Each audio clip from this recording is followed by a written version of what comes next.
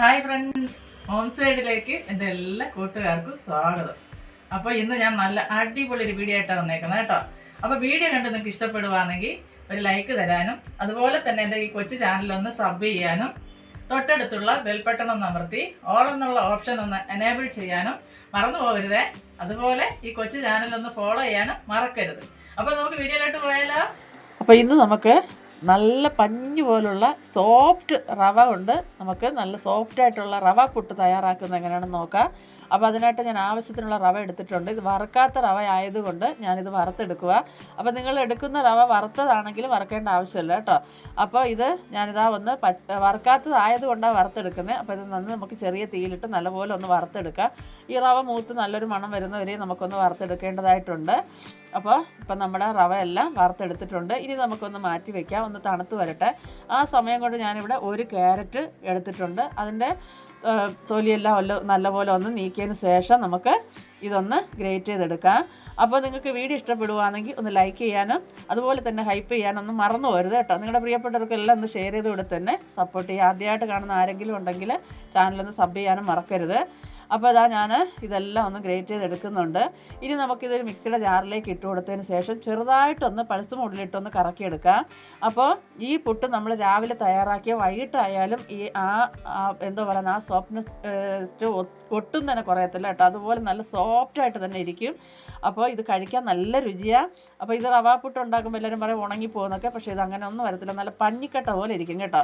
അപ്പോൾ അതിനായിട്ട് ഇപ്പോൾ റവ നല്ലപോലെ തണുത്തിട്ടുണ്ട്. ഇനി അതിലേക്ക് നമുക്ക് ആവശ്യത്തിനുള്ള ഉപ്പിട്ടൊന്ന് മിക്സാക്കി കൊടുക്കാം. ഉപ്പിട്ടൊന്ന് മിക്സാക്കിയതിന് ശേഷം നമുക്ക് ആവശ്യത്തിന് വെള്ളം എടുത്തിട്ടുണ്ട്. ഞാൻ കുറേശ്ശെ വെള്ളം ഒഴിച്ച് നമുക്കിതൊന്ന് ജസ്റ്റ് ഒന്ന് നനച്ചെടുക്കാം. ഒരുപാട് വെള്ളം ഒഴിച്ച് നനയ്ക്കരുത്. അപ്പോൾ ആദ്യം കുറേശ്ശെ വെള്ളം ഒഴിച്ച് നമുക്കൊന്ന് നനച്ചെടുക്കാം കട്ടകളില്ലാതെ. അപ്പോൾ ഇതുപോലെ നിങ്ങൾ ചെയ്യുവാണെങ്കിൽ ഉറപ്പായിട്ട് ഈ പുട്ട് നല്ല പഞ്ഞു പോലെ തന്നെ ഇരിക്കും. ഒരിക്കൽ നിങ്ങൾ ഇതുപോലെ തയ്യാറാക്കിയാൽ പിന്നെ എന്നും ഇതുപോലെ നിങ്ങൾ തയ്യാറാക്കി കഴിക്കും കേട്ടോ. അത്ര ടേസ്റ്റുമാണ്, പഞ്ഞു പോലെ ഇരിക്കും. ഇതിന് പ്രത്യേകിച്ച് കറികളൊന്നും വേണമെന്നില്ല. പഴം കൂട്ടിയോ അല്ലെങ്കിൽ ചായയുടെ കൂടെ ഒക്കെ നിങ്ങൾക്ക് കഴിക്കാൻ പറ്റുന്ന ഒരു നല്ല പുട്ട് തന്നെയാണ്. അപ്പോൾ അത് ആ വെള്ളം ഞാൻ കുറച്ച് വെള്ളം എടുത്തിട്ടുള്ളൂ. ഒരു കപ്പ് എടുത്തതിൽ ബാക്കി വെള്ളം ഇവിടെ ഇരിപ്പുണ്ട്. കുറച്ച് മാത്രം വെള്ളം ഒഴിച്ചു കൊടുത്ത് ഇതുപോലെ ഒന്ന് നമുക്ക് നല്ലപോലെ ഒന്ന് ഇതാക്കി എടുത്തിട്ടുണ്ട്. തളിച്ച് വേണം ഇത് നനച്ചെടുക്കാൻ. ഒരുപാട് ഒഴിച്ചിട്ട് നമ്മൾ റെസ്റ്റ് ചെയ്യാനൊന്നും വെക്കുന്നില്ല.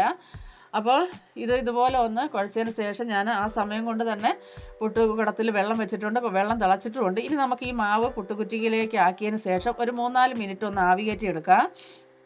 അപ്പോൾ ഇപ്പം തേങ്ങ ഒന്നും നമ്മൾ ഇടുന്നില്ല. ഇപ്പം നമ്മൾ ഈ മാവ് ഒന്ന് ആവി കയറ്റി എടുക്കാം കേട്ടോ. അപ്പോൾ ഇതുപോലെ ഒന്ന് വെച്ച് കൊടുക്കാം.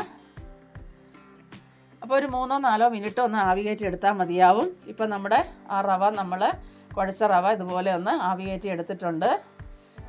അപ്പോൾ ബാക്കിയുള്ളതും കൂടെ എടുത്തതിന് ശേഷം ഒന്ന് തണുക്കാനായിട്ട് വെയിറ്റ് ചെയ്യാം.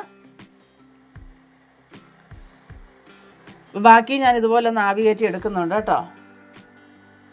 ഇതാ ഇപ്പോൾ എല്ലാം ആവി കയറ്റി എടുത്തിട്ടുണ്ട്. ഇതിപ്പോൾ ഒന്ന് തണുത്തിട്ടുണ്ട്. ഇനി നമുക്കിത് കൈകൊണ്ടൊന്ന് ഉടച്ചു കൊടുക്കാം.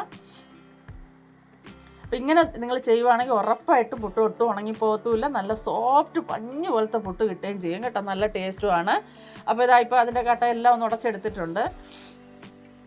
ഇനി നമുക്ക് കട്ട എല്ലാം കൈകൊണ്ടൊന്ന് ഉടച്ചു കൊടുത്തതിന് ശേഷം നമുക്ക് ഇതിലേക്ക് നമ്മൾ അടിച്ചു വെച്ചിരിക്കുന്ന ക്യാരറ്റ് കൂടെ നമുക്കിതിലേക്ക് ചേർത്ത് കൊടുക്കേണ്ടതായിട്ടുണ്ട്. അപ്പോൾ ക്യാരറ്റിൽ വെള്ളം ഒഴിക്കാൻ പാടില്ല. ഒന്ന് നമ്മൾ പൾസ് മൂടിയിട്ട് ഒന്ന് കറക്കിയെടുക്കുക മാത്രം ചെയ്താൽ മതിയാവും. അപ്പോൾ ക്യാരറ്റ് നിങ്ങൾക്ക് കൂടുതൽ വേണമെന്നുള്ളൊരു ഇച്ചിരി കൂടെ കൂടുതൽ ചേർക്കാം. അപ്പോൾ ഇനി ഇതെല്ലാം കൂടെ നമുക്കൊന്ന് മിക്സാക്കി എടുക്കാം. വെള്ളം ഒട്ടും തന്നെ മാവിൽ ഇനി ചേർക്കാൻ പാടില്ല. ആവി കയറ്റിയതിന് ശേഷം നമ്മുടെ ഈ ക്യാരറ്റിന് നനവ് മാത്രം മതിയാവും. നല്ലപോലെ ഒന്ന് നമുക്ക് ഇതുപോലെ ഒന്ന് കുഴച്ചെടുക്കാം. നല്ലപോലെ ഒന്ന് മിക്സാക്കി എടുക്കുക. കൈകൊണ്ട് നല്ലപോലെ ഒന്ന് കുഴച്ചെടുക്കാം. അപ്പോൾ നിങ്ങൾ ഇതുവരെ റവ പുട്ട് തയ്യാറാക്കിയിട്ടില്ലാത്തവരാണെങ്കിൽ ഇതുപോലെ ഒന്ന് തയ്യാറാക്കി നോക്കണം കേട്ടോ. അപ്പോൾ ഈ വീഡിയോ നിങ്ങൾ സേവ് ചെയ്ത് വെച്ചിട്ട് ഒന്ന് തയ്യാറാക്കി നോക്കുക. നിങ്ങളുടെ അഭിപ്രായങ്ങളൊക്കെ കമൻറ്റായിട്ട് അറിയിക്കുക. ഉറപ്പായിട്ട് ഇത് നിങ്ങൾക്ക് ഇഷ്ടപ്പെടും. അപ്പോൾ നല്ലപോലെ ഒന്ന് മിക്സാക്കി എടുത്തതിന് ശേഷം നമുക്ക് സാധാരണ രീതിയിൽ നമ്മൾ എങ്ങനെയാണോ പുട്ട് കുറ്റി നിറയ്ക്കുന്നത് അതുപോലെ നമുക്ക് ആവശ്യത്തിനനുസരണം തേങ്ങ ഇട്ട് കൊടുക്കുക. തേങ്ങയൊക്കെ അവരവരുടെ ഇഷ്ടത്തിനനുസരിച്ച് ചേർക്കാം കേട്ടോ. നിങ്ങൾക്ക് ഒരുപാട് തേങ്ങ ഇഷ്ടമുള്ളവർക്ക് ഒരുപാട് തേങ്ങ ചേർക്കാം. കുറച്ച് മതി എന്നുള്ളവർക്ക് അങ്ങനെ ചെയ്ത് കൊടുക്കുക. അപ്പോൾ നമ്മൾ തേങ്ങ ഇടുക, പിന്നെ മാവ് കോരി നിറയ്ക്കുക, വീണ്ടും തേങ്ങ ചേർക്കുക. അങ്ങനെ അങ്ങ് ചേർത്ത് കുറ്റി നിറച്ചതിന് ശേഷം നമുക്ക് ആവി കയറ്റി എടുത്താൽ നല്ല രുചികരമായിട്ടുള്ള നമ്മുടെ റവ പുട്ട് ഇവിടെ തയ്യാറായി കിട്ടും. അപ്പോൾ മറക്കാതെ ഒന്ന് ചെയ്ത് നോക്കാം കേട്ടോ. വീഡിയോ കണ്ട് ഇഷ്ടപ്പെടുവാണെങ്കിൽ കൂട്ടുകാർക്കെല്ലാം ഒന്ന് ഷെയർ ചെയ്ത് കൊടുത്ത് എന്നെ സപ്പോർട്ട് ചെയ്യുക. അപ്പോൾ നിങ്ങളുടെ എല്ലാ സപ്പോർട്ടും ഉണ്ടെങ്കിൽ മാത്രമേ തുടർന്നും എനിക്ക് വീഡിയോ ചെയ്യണമെന്നുള്ള ആ ഒരു ഒരു സന്തോഷമൊക്കെ ഉണ്ടാകത്തുള്ളൂ, ഒരു ഉത്സാഹം ഉണ്ടാകത്തുള്ളൂ. അപ്പോൾ നിങ്ങൾ സപ്പോർട്ട് ചെയ്യുക മാത്രമല്ല, വീഡിയോ കാണുന്നവരാരും ലൈക്ക് ചെയ്യുന്നില്ല. അപ്പോൾ പ്ലീസ് എല്ലാവരും ഒന്ന് ലൈക്ക് ചെയ്ത് എന്നെ സപ്പോർട്ട് ചെയ്യുക. അപ്പോൾ ഇതാ മാവെല്ലാം നിറച്ചിട്ടുണ്ട്. ഇനി നമുക്ക് ആവി കയറ്റിയെടുക്കാം. അപ്പോൾ വളരെ എളുപ്പത്തിൽ നമുക്ക് തയ്യാറാക്കി എടുക്കാനും പറ്റും. ഇപ്പോൾ അതാ പുട്ടിൽ ആവി വന്നിട്ടുണ്ട്. അങ്ങനെ നമ്മുടെ വളരെ സോഫ്റ്റായിട്ടുള്ള, കാണുമ്പോൾ തന്നെ നിങ്ങൾക്ക് അറിയാം, നമ്മളിന്ന് തൊട്ടാൽ പൊടി ആ രീതിയിലായിരിക്കുന്നത് കേട്ടോ. അത്രയ്ക്ക് സോഫ്റ്റായിട്ടുള്ള നമ്മുടെ റവാ പുട്ട് ഇവിടെ തയ്യാറായിട്ടുണ്ട്. ബാക്കിയെല്ലാം ഞാൻ ഇതുപോലെ തയ്യാറാക്കി എടുത്തിട്ടുണ്ട്. അപ്പോൾ നിങ്ങളൊന്ന് ചെയ്ത് നോക്കുക, നിങ്ങളുടെ അഭിപ്രായങ്ങളൊക്കെ അറിയിക്കുക കേട്ടോ. അപ്പോൾ നിങ്ങളെന്നെ സപ്പോർട്ട് ചെയ്യാൻ മറക്കരുത്, ലൈക്ക് തരാനും മറക്കരുത്. ഉറപ്പായിട്ട് നിങ്ങൾക്ക് ഈ വീഡിയോ ഇഷ്ടമാകും. അപ്പോൾ ഈ വീഡിയോ എല്ലാവർക്കും ഇഷ്ടപ്പെട്ടെന്ന് കരുതുന്നു. അടുത്തൊരു വീഡിയോ ആയിട്ട് കാണുന്നതുവരെയും എൻ്റെ എല്ലാ കൂട്ടുകാർക്കും ബൈ.